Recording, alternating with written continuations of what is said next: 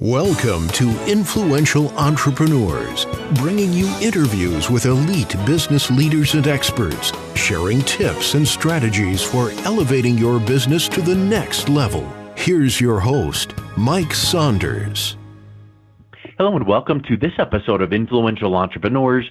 This is Mike Saunders, the Authority Positioning Coach, and today we have with us Dr. Ginger Bratzel, who is a marketing educator and strategist. Ginger, welcome to the program. Oh, thank you so much, and thanks for having me. You are welcome. I'm excited to talk to you because it's always great to learn from people that do different things in different industries, and I know that's what you do because I love the phrase strategist. I call myself an authority marketing strategist because there really is strategies that have to go into a lot of things, and when you are positioning yourself as a marketing educator, boy, that's a broad topic. So let's dive right in, but before we do, give us a little bit of your background and your entrepreneurial journey. Sure. Well, I earned that doctor title in my first career. I started my professional life as a dentist, and I was happy to do that. I bought a dental practice straight out of school, and I knew it had some problems going in, but I thought I was the secret sauce that was just going to go in there and fix everything. And lo and behold, I got there, and that was not the answer. So I spent a lot of time building a business the wrong way because I had the wrong intention and the wrong thought pattern on what to do. Well, I'm really confused because when you get out of dental school, don't they make you a marketing expert? So when you buy the practice that you know exactly what to do and how to transform everything? Ha, ha, ha, ha. Right. Yeah. I missed that day, I guess. That was the 4 quarters of the whole program that you happened to be. Yeah, I talked to chiropractors and dentists and attorneys, and it's the same thing. I mean, I don't know the actual percentage, but a nice percentage of people coming out of those professions or into those professions out of schooling feel like, hey, I want to be entrepreneurial. Well, there's no preparation. They don't prepare you for that. And many times it really is the school of hard knocks. And so the foundation is set. You're a doctor of dentistry. Good. You got to know that. You got to be proficient and an expert there. But then what? So what did you, actually through that profession and career, you learned the hard way, you learned lessons, and then now you are helping other people that are going through, whether it's entrepreneur, dentist, or service-based. But, what did you learn through that? And then what made you think one day, you know what, maybe I better be teaching other people and help prevent them from making the same mistakes that I did? Well, the basis of those type of careers, those trade careers, they told us, and I hear it still this day, if you're good at what you do, with that skill set, then you shouldn't have to worry about the business. You have so many people coming in. And then you and I know from people behind the thing, there's a lot of good people who know their careers, they know their trades, and their businesses are still suffering. So I went about building my business the wrong way because I listened to them for advice. They were telling me you need more equipment, you need more initials after your name, and all of those things were exterior factors. It wasn't about the client, the patient's experience. It wasn't about making them the center. And more importantly, it was messaging. Even though I was bringing these things in to help them, it never conveyed through the message. So it just looks like junk. So when I learned to position myself and talk to their needs, their wants, and their desires, that's when I turned things around really quickly. And I didn't realize how quick it was until I got a call from my accountant one day, and he told me I had too much money in my QuickBooks, which I didn't. He thought I had a clerical error. So once he heard what was going on, he said, tell me what's going on. And I explained how I was running the business differently. I talked to my patients differently, and then how I market myself and put myself out there for their needs. That's what made the difference. And so, he asked me if it was something unique to my area, or do I have a special certification or something that made me only work for me. And I said, no, I could do it for others. And he said, good, because I have 3 other dentists I want you to help. And from those 3 dentists turned into 10 dentists, and went on and on. And so the strategies and the plans that applies to other service providers and other small businesses. And that's what we do now, helping people around the country. I think that what you described there made me think of something. You may have heard this before, but if not, you can use it and swipe and adapt, because I learned it from Brian Tracy. But he was doing the speech, and he's like, okay, raise your hands. What's everyone's favorite radio station? And people were like, oh, it's this and that. And like, nope. Everyone's favorite radio station is WIIF am. What's in it for me? Well, what you just described there was you had to discover what's in it for the other person, how to communicate properly to make sure that your prospective patients and your prospective clients actually understand what you do. And that's not just a fill in the blank, download a form and poof, there it is. That takes some work, right? Right. It's related to your industry. It's related to your community. People have different languages and dialects and sayings. So, you think you're saying the same thing, but it's not coming across. Yeah. So something I would say in the Midwest to a client that's a dental office, it might be different than what we would do in California because the dialect is there. So you've got to know your audience really well. You have to communicate in their terms. They'll tell you. You just have to shut up. That's our biggest skill is listening, and we don't use it. It's shut up and listen to how they're saying it because they're telling exactly what they want. And if you can solve what they told you and in the way that they told you, you're always going to win. Yeah. Well, I think the problem is, when you hear this whole saying too, we've got two ears and one mouth. We better listen more than we speak. And it sounds easier to say than actually doing because typically people are just waiting for that one break in the conversation to interject their thing. And they're not listening to you because they already have their thing thought out. That's exactly it. So over the years, there's not one strategy that is like, oh, hello, Mr. or Ms. Dentist or service provider. Here is the solution blueprint. Do this and poof, here it now transforms your business. It's nuances. It's got to be different for each person. But what trends do you see in right now in the economy that service-based businesses, dentists, and your clients are needing to make sure they prepare for to get those increase in revenues and patients and clients? I found since the economic turn, I'm not going to say downturn, there's a turn. People before were so reliant on technology, so they wanted their website to do all the work for them. They wanted to send a text out. That was the thing they wanted to do. Everything was automated, and they felt very comfortable in it because they didn't have to get involved.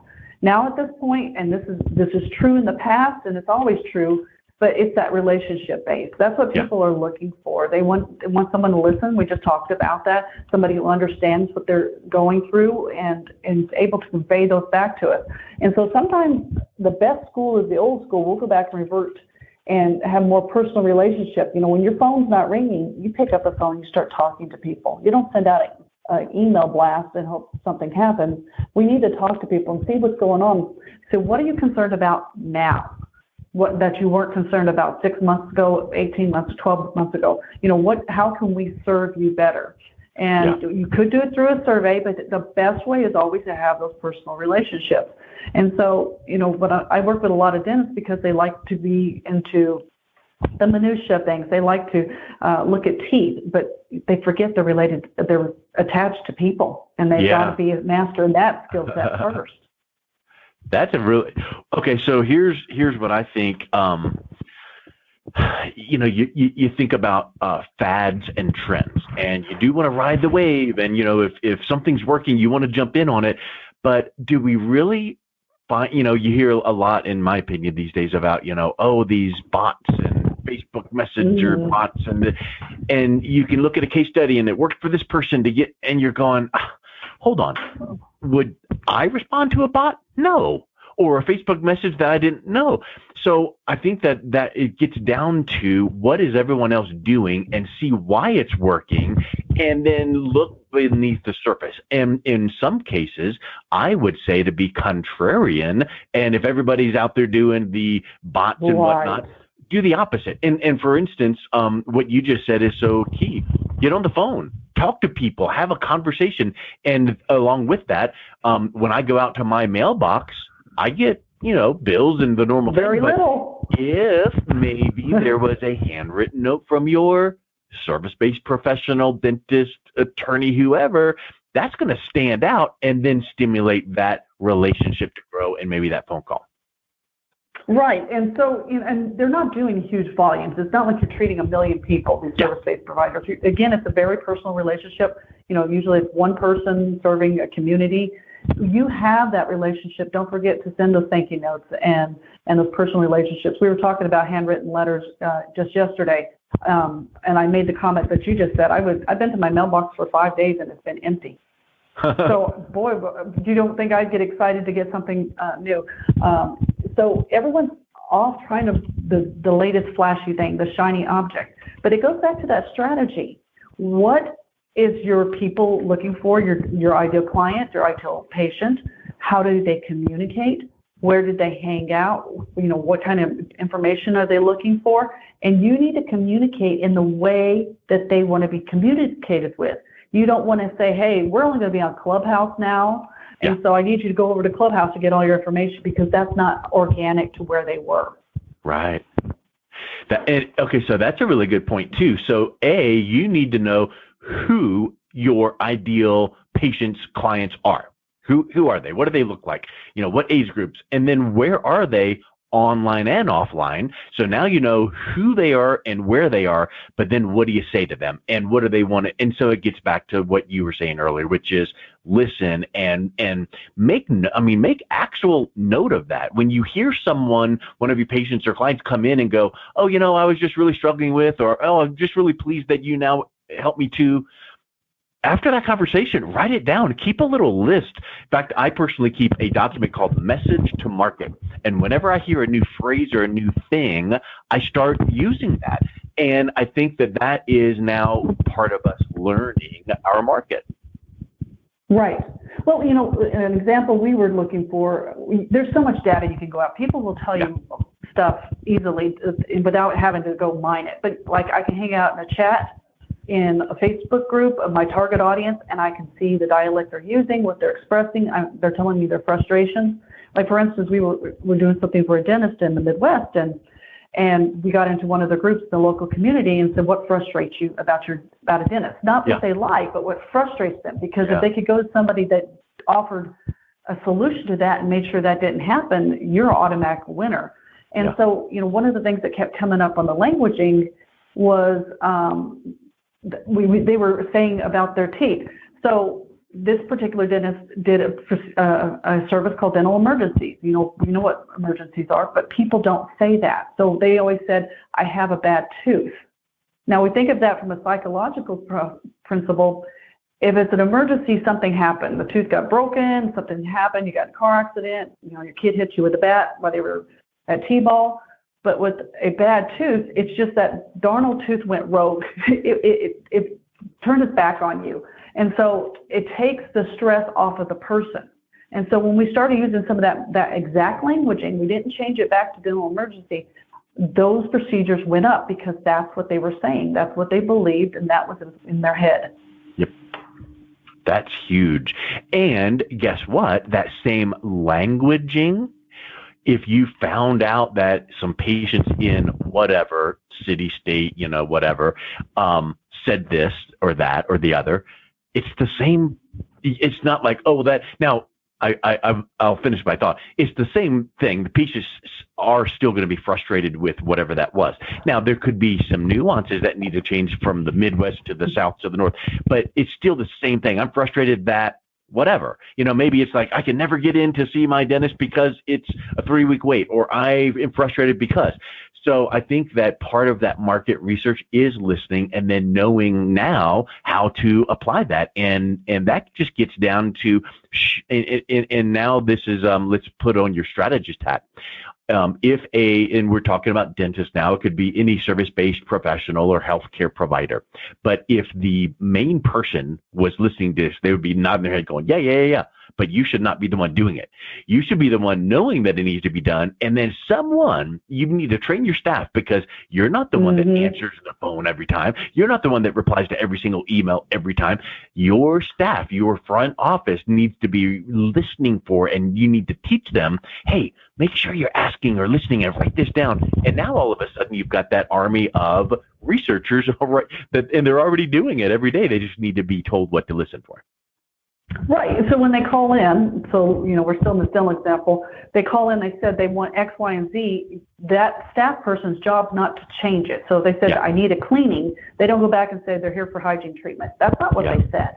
So we've got to be consistent in that verbiage. They broke a tooth. We don't say they have a fracture. No, we use that same language all the way throughout. And that's hard for professionals because you've been trained to use that vocabulary, and they would knock you down in school if you ever dared not use it. Yeah. You've got to come back and talk to people in their language. Yeah.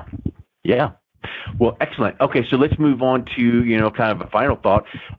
What is your recommendation to make a business or a practice more attractive so that new clients and patients actually are, incentivized or attracted to that practice? Well, we've talked a little bit about it.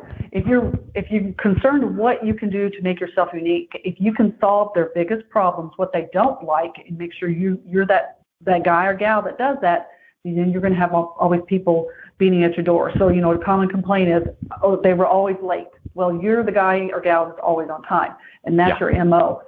That's your opportunity to stand out from the crowd, because if everyone else is doing it wrong, you could be the one person doing it right. I think another thing that we talked about before we went live here was also the system and follow-up.